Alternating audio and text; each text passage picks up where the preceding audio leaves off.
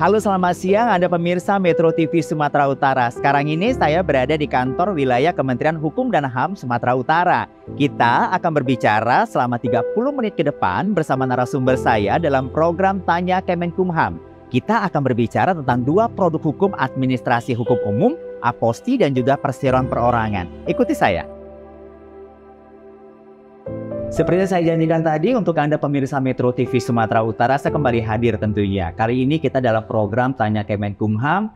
Kali ini kita akan berbicara dengan Pak Alex Kosmas Pinam SH MSI. Beliau adalah Kepala Divisi Pelayanan Hukum dan HAM dari kantor wilayah Kementerian Hukum dan HAM Sumatera Utara.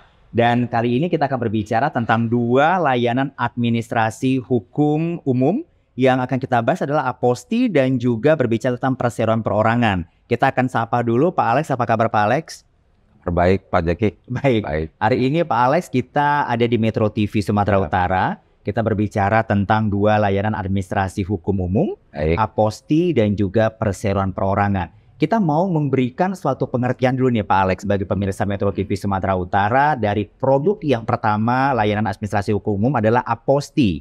Aposti itu apa Pak Alex? Baik, terima kasih Mas Jaki untuk yang ditanyakan. Jadi aposti ini adalah sebuah tanda yang diberikan pada suatu dokumen sesuai format yang ditentukan secara internasional. Jadi garis standar internasionalnya itu oleh badan yang berwenang. Kalau di Indonesia itu Kementerian Hukum dan HAM Republik Indonesia untuk mengesahkan satu dokumen apakah sesuai dengan aslinya. Jadi aposti itu semacam legalisasi lah. Semacam legalisasi. Baik.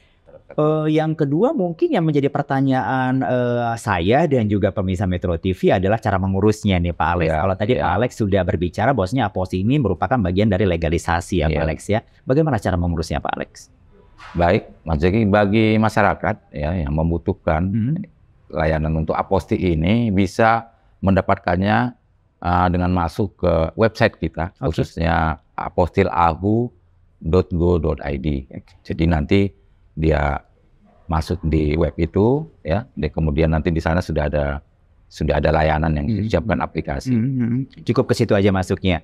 Jadi Anda hanya bisa cukup masuk nanti di layanan www.aposti.ahu.go.id.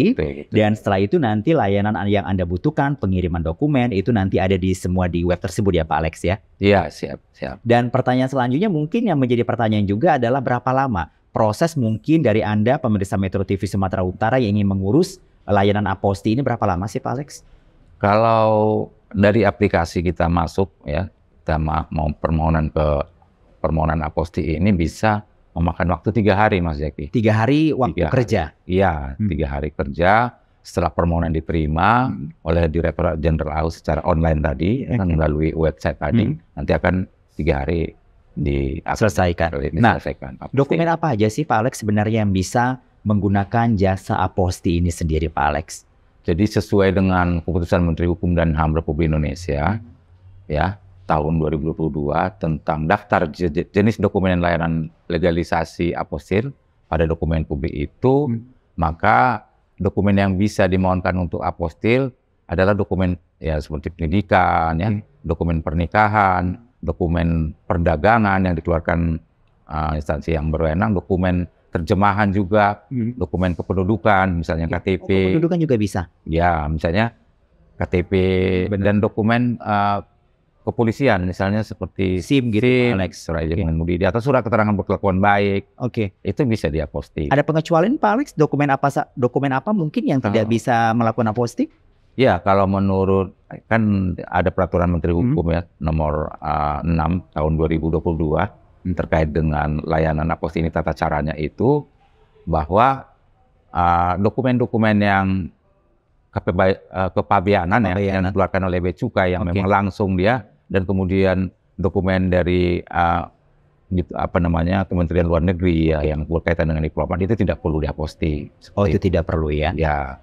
Baik, satu lagi Pak Alex, ini kan produk baru sebenarnya dari Kementerian Hukum dan HAM. Berapa negara sih Pak Alex yang saat ini sudah bisa bekerja sama untuk menerima layanan aposti ini? Jadi saya jelaskan dulu ya Mas Jaki, bahwa aposti ini dasar hukumnya itu Peraturan Presiden nomor 2 tahun 2021 Itu terkait dengan konvensi penghapusan syarat-syarat legalisasi dokumen publik. Ya. Jadi dulunya sebelum kita mengesahkan konvensi ini ikut terlibat sebagai salah satu negara yang mengikuti kebijakan ini. Dulunya itu di dalam katakan untuk aposti atau legalisasi dokumen itu biasanya dari nanti masyarakat itu ke Kementerian Hukum dan HAM dulu, ya kan? Kementerian Hukum Prosesnya dan HAM. seperti itu ya biasanya Pak Alex. Betul, dilegalisasi dulu dokumennya. Misalnya Pak Jaki punya ijazah, legalisasi dulu ke Kementerian Hukum dan HAM. Kemudian setelah itu jadi dilegalisasi lagi di Kementerian Luar Negeri. Banyak sekali sebenarnya. Jadi ada birokrasi yang agak panjang, sehingga kita merasa penting untuk ikut menandatangani konvensi internasional terkait dengan penghapusan syarat-syarat seperti itu gitu. Dan di dunia ini sekarang yang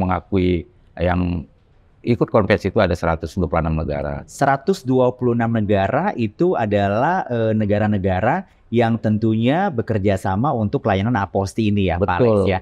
Nah, menarik sebenarnya mungkin kalau sebagian dari Anda, pemirsa Metro TV Sumatera Utara saat ini membutuhkan layanan pendidikan mungkin Pak Alex ya. Betul. Jadi mungkin saat ini mungkin Anda menerima beasiswa, mungkin scholarship di luar negara tentunya. Ini mempermudah sekali Pak Alex untuk program aposti ini ya Pak Alex ya. Betul, ya. Nah, prosesnya mungkin kalau pengiriman dokumen pendidikan, sampai mau bicara yang pendidikan nih Pak Alex, itu berarti tinggal masuk saja ke webnya yang kita sebutin tadi. Setelah itu tinggal ditujukan ke negara di mana ditujukan, begitu Pak Alex? Iya, jadi misalnya ada masyarakat yang atau mau sekolah di luar negeri supaya nanti diakui jasanya yang dari sini, dari sekolah SMA lah, misalnya dia mau ke universitas, jadi nanti itu dia lakukan dulu aposti. Aposti itu nanti kita lakukan aposti.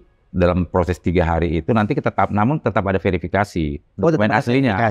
Dokumen aslinya juga harus kita lihat. Nanti kalau sudah kita klik juga misalnya dari sini bahwa apa yang dokumen yang sudah diupload itu sesuai dengan aslinya, itu nanti akan keluar aposti untuk mengesahkan tanda tangan pejabat yang menandatangani ijazah SMA yang bersangkutan itu, seperti itu. Jadi pemotongan birokrasinya cukup yang panjang itu jadi simpel ya Pak Alex ya? Iya. Baik Pak Alex, kita nanti balik lagi di segmen kedua. Dan untuk Anda yang masih menyaksikan kami di Metro TV Sumatera Utara, Anda jangan kemana-mana karena nanti di segmen kedua kita akan coba bicara lagi tentang 2 produk yang ada dari layanan administrasi hukum umum ini dalam program Tanya Kemenkumham, karena kami akan kembali sesaat lagi.